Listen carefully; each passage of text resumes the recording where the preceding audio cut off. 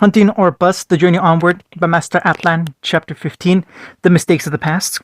In Team Ruby's dorm room, the girls were taking the Saturday afternoon to lounge and enjoy their free time from classes. Weiss was sitting on the edge of her bed, painting her nails and making sure they looked perfect. She needed something to calm her nerves and preoccupy her thoughts. They had been filled with distaste and anger in the mornings as she read the paper and saw her family's company stock had been falling as of recently. Apparently, a significant amount of their dust and property had been stolen over the last few weeks, and the public was catching news of it. And it wasn't even those terrorists in the white van causing it either.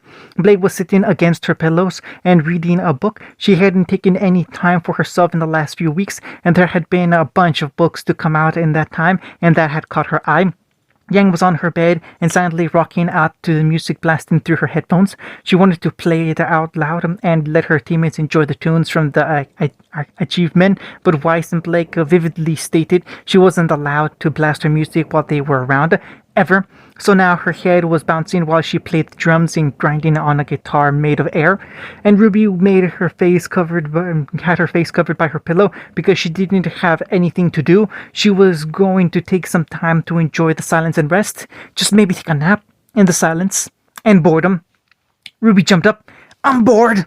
Weiss flinched at her partner's sudden yell, and her brush slipped off her nail and colored her hand in the bright blue paint. Blake was startled and lost the spot in her book while her bow twitched with the subtle move. Yang was still jamming out to her music. One of her eyes peeled open and she saw her sister and friends moving around. She pulled her headphones off. "Hey, what's going on?" "Ruby!" Weiss sat up from her bed and looked at the younger girl angrily. "What are you doing, you dunce? Why are you yelling?" "Because I'm bored," Ruby whined, and while kicking and rolling around in her bed, she peeked up over the edge and down at the irritated hairs. "I've got nothing to do, and I'm just sitting in my bed doing nothing. I have nothing to do." "Then just do something. I don't care what it is. Take a nap," Weiss answered pointedly while the red-tipped hair with tipped girl whimpered in the bed. "I'm not tired." "Do you want to read a book?" Blake suggested as she got out of her bed and stood beside Weiss, looking up at their team leader. She looked down at her book and decided not to pay any mind to the fact she'd lost her place, and she appealed to her younger friend. "I have some that you might like." Ruby's head perked up at the idea of reading a book suggested from someone so knowledgeable as Blake, but realized that wasn't what she needed right now. Ruby shook her head. "No, I want to go out." Weiss and Blake blinked before giving a look between each other in confusion. Weiss questioned, "So, you want to go outside?" Ruby pouted, not happy about the way Weiss said that, like she was a puppy that needed to be let out. She sat up. "No, not just that. I want to get out of the school. Just, I don't know, go out to the city." Yang sat up at the suggestion and smiled. "Hey, that sounds like a great idea." She jumped down from her bed excitedly and agreed. "When was the last time we left Beacon? I haven't been out since before initiation. That was a month ago. We're getting all pent up." And she came up beside her two less enthusiastic teammates and threw her arms over their shoulders. "Come on, what do you say?" They thought it over as the prospect became more appealing with time. As students, they were allowed to leave for the city of Vale whenever they wanted if they had free time. Considering it was just a train or bullhead right away, they just never considered going back to the city because they were still learning everything about Beacon. But it might be pretty good for a change of scenery. Weiss shrugged her shoulders. "I suppose it would be nice to get out of the room for the day." Blake gave a small nod. "I'd like to stretch my legs, maybe go out and eat at a restaurant." "Yes!" Ruby cheered as she jumped off her bed and landed in front of the other girls. She pumped her fist. "All in favor for a day out in the town? Say aye!" Yang cheered. "Aye!" Weiss and Blake just stood there silently, giving their partners the dry stare. Ruby leaned in towards Weiss. "You're supposed to say aye." Weiss shook her head and stated, "I'm not saying that." Ruby tried to act as stern and collected as her white-haired partner. "Well, if you don't say it, then we just won't go out at all. How about that?" Weiss shrugged. "I'm perfectly fine with that. You're the one suffering from cabin fever." Weiss raised an eyebrow. "Are you sure you can risk staying inside another day just because you want us to say something ridiculous?" Ruby's composure broke and her smile turned into a straight line. Yang blinked and lowered her hand as Blake had to nod in surprise. When Weiss wanted to get a point across, she got it across well. Ruby huffed. "Fine, don't say it." Ruby turned and marched towards the door. "I'll just ask the others and see what they have to say." Weiss looked towards her. "Wait, are you going to ask Juniper and Noctix as well?" Ruby nodded. Yeah, of course I am. I bet they're tired of just sitting around too. Weiss rolled her eyes and sighed, her idea of the day out getting less enjoyable as at the idea that it would be crowded with all the other people of their group. She rubbed the bridge of her nose. I suppose there's no considering this, is there? Ah, come on, Weiss, Yang said as she patted the scar-faced girl back. Besides, despite everything you say, they're all our friends. The more the merrier. The more the claustrophobic like it, Weiss bemoaned before shaking her head. Oh, why bother? She waved Ruby off. Just go get them. Ruby grinned before she ran out of the door and over to Juniper's. She knocked on the door and was bouncing on her heels with anticipation of what they were going to do today. She waited patiently. The door finally opened and John was standing there with paper footballs sticking in his collar, hood, and breastplate. He smiled. Oh, hey Ruby, what's up? Hey John. Ruby looked up at the paper projectiles littering his clothes. What exactly are you doing? Oh, Ren and Pyrrha went to the library to do some studying. Me and Nora didn't really feel up to it, so we stayed behind. He pulled his jacket and dislodged some of the footballs. We've been flicking these things at each other from across the room to see who got the most hits. Nora popped in from the side with the same projectiles in her hair and skirt. I'm winning with 7. Yeah, but I was making a comeback, John argued with his quirky friend as he just grinned and bounced in place. He looked back at the hooded girl. So, what do you need? We were all going to take a trip to Vale and want to see if you guys wanted to come, Ruby said as the other girls came out of the room and waited expectantly for his answer. He immediately wiped all the paper off of him and lazily did the same with Nora without looking. He accidentally incited a quick slapping war with the orange-haired girl while still looking at the others. Yeah, that sounds great.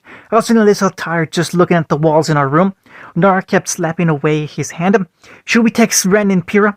John nodded. Oh yeah, I bet they would. They could. I bet they could. I bet they could. They could use a break. Sweet, Ruby said with a bounce before looking at her team and giving them a thumbs up. She dashed over to Noctic's door while John contacted his other teammates. Ruby knocked on the door. Damn it! The others flinched when they heard Naruto's voice scream from the other side. Ruby cowered back a little before the door opened, and Sasuke was standing there. He answered. Hi, Ruby. Ruby nervously waved at him. Hey, Sasuke, we were just... Damn it! Ruby shut her mouth again before Sasuke sent an uninterested look behind him. Don't mind that. What were you saying? We were all gonna go out of the school and hang out in the city today, and wanted to see if you guys wanted to join us. Oh, come on! Sasuke happily shook his head. Oh, God, please. We can't stand another moment sitting around here. Kiba came up behind Sasuke and was covering his ears with a pained expression. God, when he wants to yell, he can yell. The others were confused about what was happening inside Team Noctis' room that was causing all that commotion. Weiss inquired, what exactly is going on there? Well, we ran out of things to do, so Naruto asked Tenten a question. So now Kiba and I have just been sitting on the sides while Naruto and Tenten experimented. Okay, that needed a follow-up. Yang hesitated. Experimented how? Sasuke just sighed before opening the door for the rest of them to see. Naruto and Tenten were standing closely in front of each other at the center of the room as Tenten had a knife to Naruto's throat. Naruto, now wearing an orange bandana to change things up, instantly disarmed the weapon and showed it to her. Ha! Tenten's other hand shot up and another knife was placed at his neck. Arrgh! Naruto growled as he threw the knife aside into a now very obvious pile of hidden knives he had already taken. His hands blurred and he took this knife from her as well. Aha! Tenten just did it again. Gah! You're cheating! Naruto furiously pulled this knife from her as well, but when he pulled, he noticed the small filament tied around the end of it that led to the inside of her sleeve. He pulled it and more wire started coming out as he groaned. Oh, you're toying with me now? Is that what's happening? He kept pulling on the endless string. Well, I hope this wire is infinite because I'm not gonna stop until I find out. Naruto finally pulled something out and saw a small note at the end of the wire. He read it. Not a chance. Arrgh! Naruto started having a meltdown as Tenten stifled her laughter. He threw his arms down after his little tantrum before looking at his bony-haired teammate. How? How do you do this? No one can hide these many weapons. Tenten grinned. Oh, wouldn't you like to know? Yes, I would, because I'm going crazy seeing this, he yelled while pointing at the pile of knives at his feet. Oh, speaking of which, Tenten stepped over and kneeled down as her sleeve slid down over her arms, and she then covered all her weapons from sight. She sprung back up, and her knives were gone. Naruto just stared at her in shock as she slipped her last knife out of his hand, dropping it into her sleeve, and pulled down her sleeves to reveal no mechanism. Ta-da! Naruto just planted himself into his bed and groaned. He felt someone looking at him and picked up to see Ruby and the others in the doorway. She waved. "Want to go to the city?"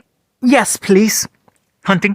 Pyrrha blinked and looked around the quaint little diner for her more savior local friends have suggested. On the soup was actually a cute little place with pictures of many regular customers, human and faunus, on its walls. Granted, they were on a wall labeled "Fallen" for some reason, but Pyrrha didn't put too much thought into that.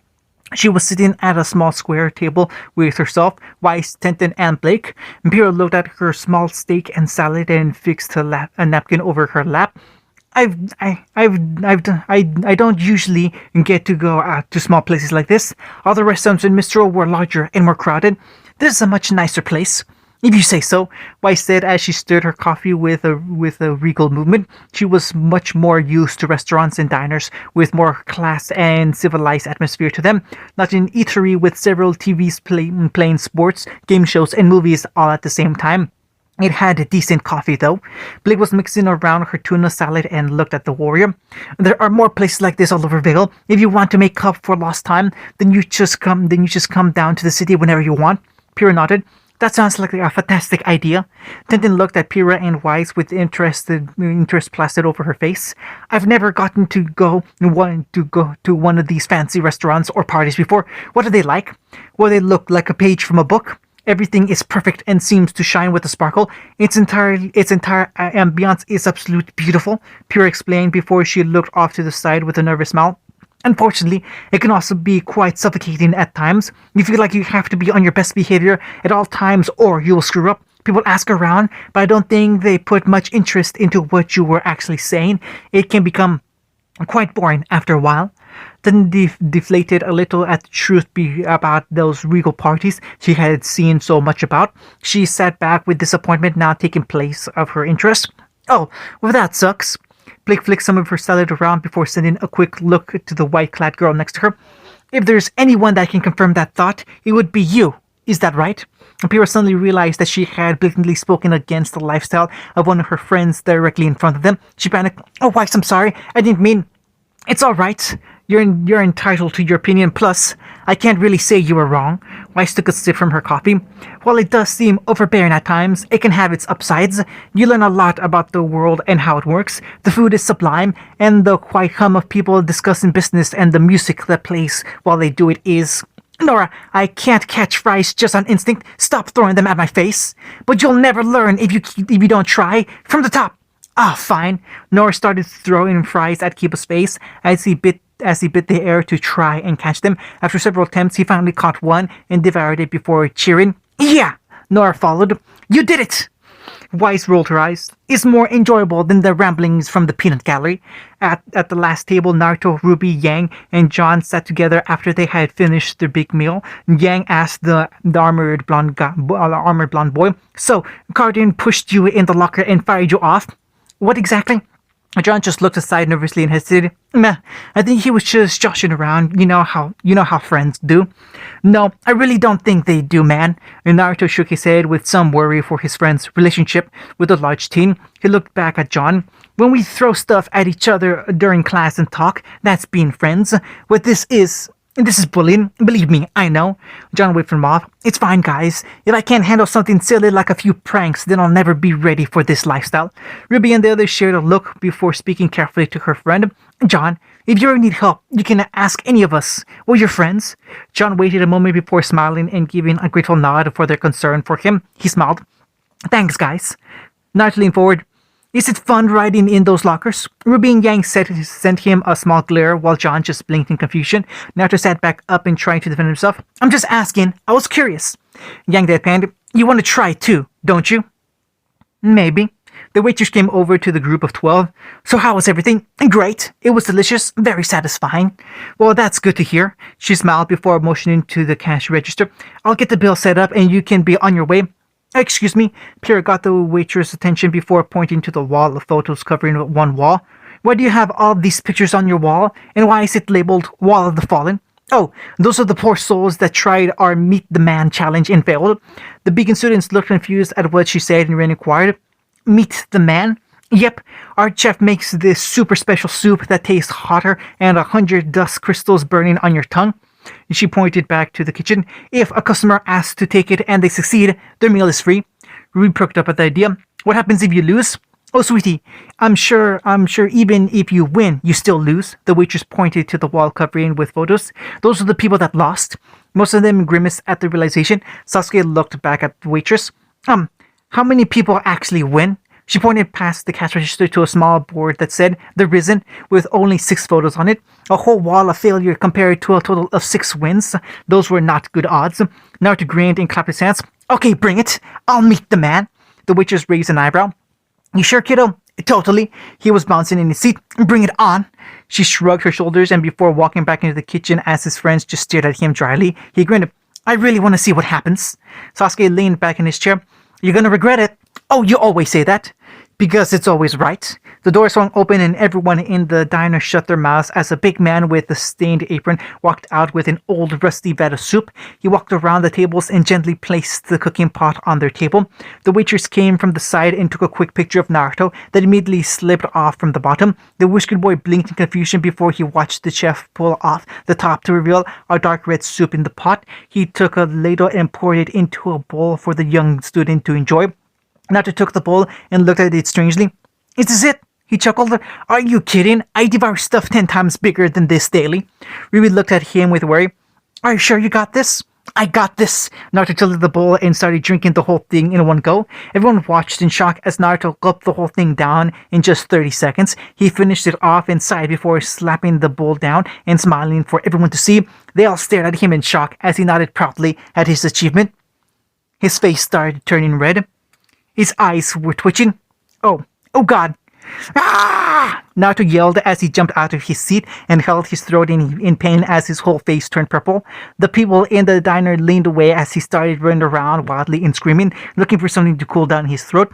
He saw Weiss freeze in surprise and looked at the cup in her hand. He charged over and pulled it out of her hands before downing it for relief from the burning. She panicked as he drank the whole thing. No, you idiot, that's... He spat it out. Coffee! Hotter! Naruto stumbled and groaned weakly as he pushed his way out the door, while some of his friends followed after him to make sure he was okay. Everyone in the diner sat quietly after the noise finally stopped, and after screaming died down. Kiba walked back through the door. Okay, he passed out in the sidewalk, so he's gonna need a minute. The waitress shook her head. Yeah, that's what happens. He held up as long as he could. It's a 1 in 100 chance someone can... Done. Everyone turned around and saw Nora placing a second bowl back down after finishing her portion of the soup. She burped and wiped her mouth. Spicy. The chef grabbed her arm and raised it. Winner! Nora grinned. I did it! The other customers clapped for the girl's victory as Kiba looked over at Ren. How does she do this stuff? He just slowly shook his head without being able to come up with an answer. Hunting. This is great. I miss the city, Ruby announced cheerfully at the front of their large group as they walked down the sidewalk. She continued leading the group. Where should we go next? How about a movie? I hear there's a few good ones that come out recently that we can check out. I'm up for a movie. How about the arcade? I heard there's a new game that came out with the voices of Achi's men in it. I want to check it out. Kiba looked behind him to the person trailing behind the group. What about you, Naruto? Any suggestions? His partner just stared back as he kept drinking from the complimentary water the diner had given him to cool down his throat. He couldn't respond or insult Kiba back, so he just kept glaring as the two teens just laughed. The group of teens all rounded the corner away from an intersection as Ruby announced, Okay, so movie or arcade, who wants to go where? Naruto followed behind at a leisurely pace as he enjoyed listening to his friends argue and bicker about where to go. Yang's opting for the arcade while Weiss said that was a juvenile choice, and Blake just staying out of the conversation that couldn't grab her attention. John was talking with Tenten and Pyrrha about the new movie that just came out, as the two girls nodded in agreement. Even Sasuke was holding a conversation with Ren about their fighting style and weapons, while Nora bounced around Kiba and asking him about the animals he cared for back home. It was a weird group of people, but they were his friends. Friends. When was the last time he was in a group and could say that every one of them was someone he liked? Was there ever a time like that? It doesn't matter. He was glad to be here with these people now. Naruto smiled while drinking his water and looked over in the street. And then it happened. He spotted it for just a second before the long black limo continued down the street, after stopping at the light and was followed by two black vans through the window before the car sped down the street. A familiar middle-aged man with graying hair. Naruto watched the car speed down the street and turn a corner as a few others stayed back watching at the cars. Nora whistled. Wow, I've never seen a limo up close like that before. Hey, have any of you guys ever ridden in a limo before? I bet they ain't as great as they look, just for stuck-up, overprivileged people, like Weiss. Hey! Now to hurry up, or we're leaving you, Kiba said to the friend who was trailing behind while still watching the cars drive out of sight. Naruto didn't even seem to respond to Kiba's words before his partner asked, Naruto, did you hear me, man? Naruto dashed away from the group across the busy street and down the other sidewalk as he seemed to follow the set of black automobiles. Kiba yelled, Naruto, where the hell are you going? The other stopped and looked back to see the bandana-wearing companion dash down the street as fast as he could. John blinked. What happened to Naruto? Damn it. Kiba started chasing after his partner. Wait up, you dumbass! Hey, wait up! Ruby said as she started following after them, leading everyone to start running and chasing after the whisker teen that branched off from the rest of them. They watched him quickly run round the corner and out of their sight for just a moment before they moved faster and turned along the street as well. They were relieved to see Naruto was still in sight as he started slowing down and came to a stop in front of another building. Ruby, being the fastest of the bunch, made it to the blonde's side first after pushing him from the back. She breathed out in relief. We caught up. The others came up from behind and took a moment to catch themselves after the sudden sprinting they had to do. Weiss looked at the back of the blonde with an irritated scowl. Do you mind explaining to us why you suddenly started running away so frantically like that? Naruto didn't respond as he was still just staring up at the fairly large building in front of him. The others looked at the blonde with confusion before looking up at the place that had captured his attention. The Hana cabin. Ruby looked from the strange building to the parking lot full of cars, vans, and the limo that had passed them moments ago. She looked at the older blonde and reached out to shake his sleeve. Naruto. Naruto surprised all of them by looking back with an excited smile and pleaded, Hey, can we go here first? Yang raised an eyebrow. Why do you want to go in there? Naruto shrugged his shoulders. It looks like a pretty cool place. I heard a little bit about it when I was in the city before coming to Beacon, and I really want to check it out. Blake questioned. Enough that you sprinted here? It just came to mind. Naruto was already making his way to the door. We can go to the arcade or movie or whatever after this. Let's see a little bit about what the Vale City life has to offer. They decided not to argue with their friend's sudden request as they just entered through the front doors into a rather dark and hazy entrance. They walked into the club and saw the lights were dimmed and mostly focused as a spotlight on a stage opposite the entrance. There were small tables and long-legged chairs for people to rest on while they enjoyed the drinks. Weiss looked around at the cabaret they had found themselves in and seemed pleasantly surprised at the sight. Dinner with theater, now this I'm familiar with. She let out a small cough before swatting at the smoke that filled her lungs. I could do without all the smoking, but I suppose everyone has their preferences. John was walking around with astonishment at the sight of the more classical place before accidentally bumping into a large figure. He stumbled back and apologized. Oh, sorry, I wasn't looking, and... The large man in the black suit turned around and was quiet even as he fixed the cold glare on the bumbling blonde. John felt nervous and frightened under his gaze. I was just... John, we found our seats, Pyrrha said as she came in at John's side and grabbed his arm before pulling him away. She nodded at the large man. I'm sorry for the inconvenience. The two partners took a few steps before they looked back to see the large man had decided to put his attention on other matters. John let out a long breath he didn't know he was holding. Thanks, Pyrrha.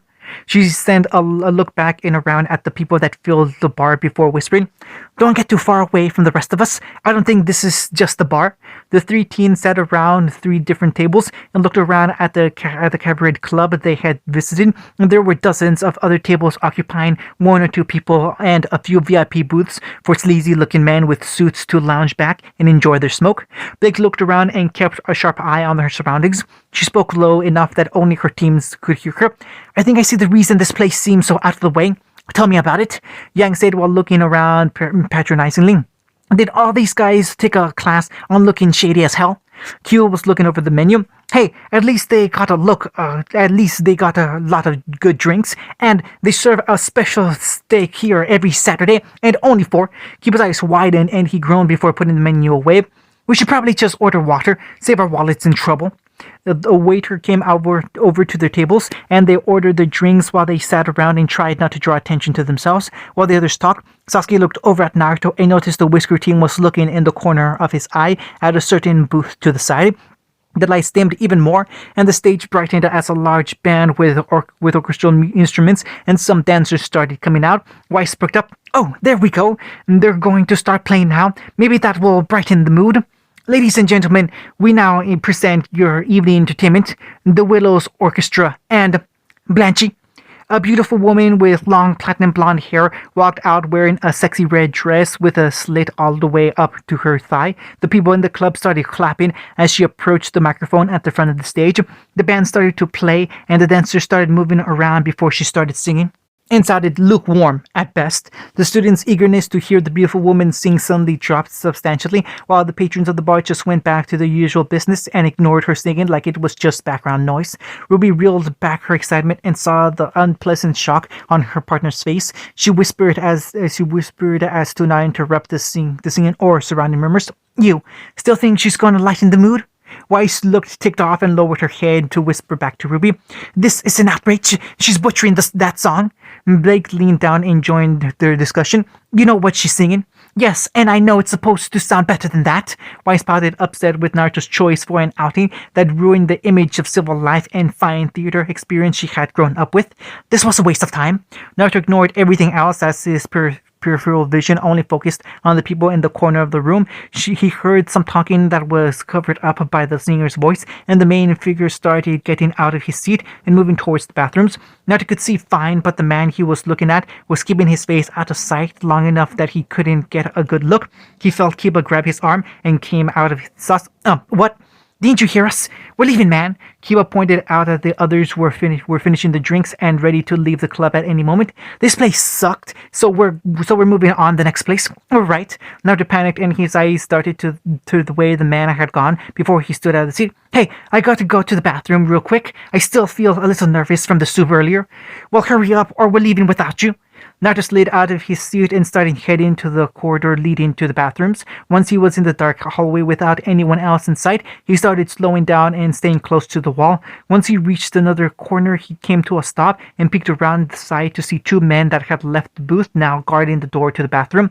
Well, he obviously wasn't gonna get in there while they were guarding it. He looked to the 2 walls along the hallways and saw a supply closet across from him. He looked around the corner again and heard the toilet flush as the bathroom door opened and the guards turned to face their boss.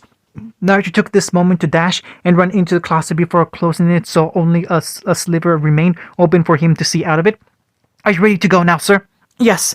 I'm glad I had some time to get a meal before we had to start working. Let's continue." Naruto heard the 3 men move down the hallway as they came closer and closer to passing in front of him. Naruto gulped before he finally came in sight. It was him.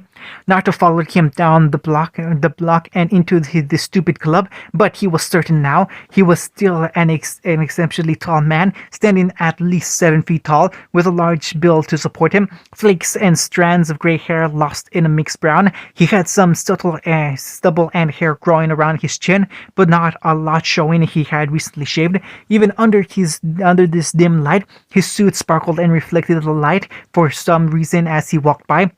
Veltin Wilsk, one of the largest controllers of crime in all of Vital, his and Sasuke's former boss. Wilsk and his guards passed down the hallway and out of sight as they returned to their booth. Naruto slowly walked out of the supply closet with his hand hanging down before he leaned back against the door and sighed weakly. He took a moment to stand there in silence before he ran a hand over his face and shook his head to rid him of all the bad thoughts filling his brain. He took a deep breath before making his way back to his friends. He got back to see them standing by the door and ready to go. He followed after, and they continued walking around the city for the next place they were going to relax in. Weiss looked back at the banana-wearing blonde and scowled. I hope that was as much fun as you thought it was, because it was boring for the rest of us. Naruto sheepishly smiled. Yeah, sorry about that. My bad. Nora started walking backwards. I think we should pick the rest of the places we should go from now on. No arguments here. And like that, the group of friends started making their way to their next destination. Hunting. Tenten walked back into the room and stretched her arms while letting out a small moan. She yawned before plopping down in her bed. Now that was a good way to spend a weekend. I'm drained. Sasuke, Kiba, and Naruto all fell back into their beds as well after the long day of fun they had with Ruby and Juniper. Sasuke laid back in his bed comfortably and looked across the room at his partner. I agree, but this is the most fun we've had over the weekend in a long time. We should do this again sometime soon. Totally. Oh, that sounds like so much fun. Kiba reached down beside his bed and searched for the comic he was reading earlier while talking to his partner. But we're gonna have to evaluate your choices in fun places to go. Naruto rolled his eyes. Okay, I get it. I made a bad choice. I thought the place looked pretty nice. I didn't think it would be so boring. How about seedy? Didn't you notice that? Yeah, that became painfully obvious the longer we were in there. Well, whatever. We made up for it with the movie. Kiba finally found the issue of X-Ray and Vab he was reading earlier and continued from his previous part. Tomorrow, we should make sure our work's all done and we can meet up with the others to hang out again. Naruto hummed and looked at the door for a moment before he started mulling something over. He slammed his hand against his face and groaned. Damn it! His teammates looked at him after his sudden outburst. What is it? I just remembered I had an assignment that was sent out to all the leaders by the headmaster last night. I was going to finish it earlier, but we got so caught up I almost forgot. Kiba groaned and shook his head. You need to keep a note on your arm or tie a freaking piece of string around your finger to remember this crap. Naruto got up and started out the door. I'm gonna go get some of it done in the library while I still can. I'll be back a little later, so don't wait up. He left and the rest of his team continued to relax in their beds. Sasuke thought for a moment before he got up out of the bed and followed Naruto. I'll be right back. He left and it was only Kiba and Tenten left in the room. After a few moments in silence as Kiba read his comics and Tenten started drifting off for an early sleep, the tattooed boy inquired, Hey, why does it feel like there's way more space in our room than there used to be? Tenten raised her head and looked around a little before falling back on the pillow. That's because Naruto moved our desk and we have the space in the center back now. Oh, that makes sense. Kiba went back to reading his... Wait, where the hell did he put our desks? Hunting. Naruto walked along the main path in the center of Beacon. He was heading towards the transport back to the city while fastening his swords to his back. He picked up his scroll and started running off its features so he wouldn't be disturbed. What are you doing? Naruto flinched and fumbled with his scroll before grabbing it out of the air and holding it to his chest. He looked aside and saw Sasuke standing against a pillar with his weapon strapped to his back. Naruto let out a long sigh before he pocketed his scroll and scowled at his friend. What the hell are you doing out here? Weren't you in the room with the others? Sasuke rolled an eyebrow. Weren't you going to the library? And Sasuke pushed himself off the pillar and walked towards Naruto. That was an absolutely terrible lie, by the way. Totally unbelievable. Totally unbelievable. That was the perfect lie. How was it unbelievable? That you would actually do a job as a leader. If that was real, you'd forget until the last moment and then we'd have to fix it for you. Well, every perfect structure has a chink in its wall. Sasuke crossed his arms. So what's wrong? Your attention was wandering earlier and you ran into the criminal bar like it was nothing. What's up? Naruto sighed and scratched the back of his head, knowing that Sasuke would probably see through any lie he made. He let out a quick sigh before looking at Sasuke sternly. Wilsk is in bail. Sasuke's eyes widened and he started looking at the ground and thought. He unfolded his arms. And he was in the club earlier, right? Naruto nodded. Sasuke rubbed the bridge of his nose before looking at his friend. And what exactly are you planning to do? Specifically, why are you bringing your weapons? Naruto gave a small smile before he continued walking ahead. I think that's pretty obvious. It's not our concern anymore, Sasuke said as he pointed back to their school. We chose to come to Beacon because we got a chance to leave that stupid life behind, our second chance. We don't need to think about Wilsk anymore. We're not a part of it anymore, but that doesn't mean it's not still happening while we stay here. Naruto argued back at his friend with a tinge of anger in his voice. He pointed towards the cliff and city beyond it. Osman let us come to Beacon because he thought we had more to offer than just stealing shit in an effort to pay back a debt that never seemed to disappear. Well, now we're here and we have a chance to do something about that bastard and all the horrible things he can still do for however long he's here. Naruto faced his best friend. Part of having a second chance means making up for all the screw-ups in the first place. Naruto and Sasuke just stared at each other in silence after the blonde's words started to sink in. Sasuke scratched his head and groaned. Is there anything I can say to convince you otherwise? Naruto shook his head. Can't think of anything. Sasuke shrugged his shoulders. Then I guess I just have to make sure you don't screw anything up. Naruto knew trying to persuade Sasuke to leave this to him would be pointless. Sometimes the Uchiha's stubbornness could even put him to shame. The two old partners started walking down the main path together towards the city. Naruto cracked his knuckles. Let's take down our old boss. End of chapter 15.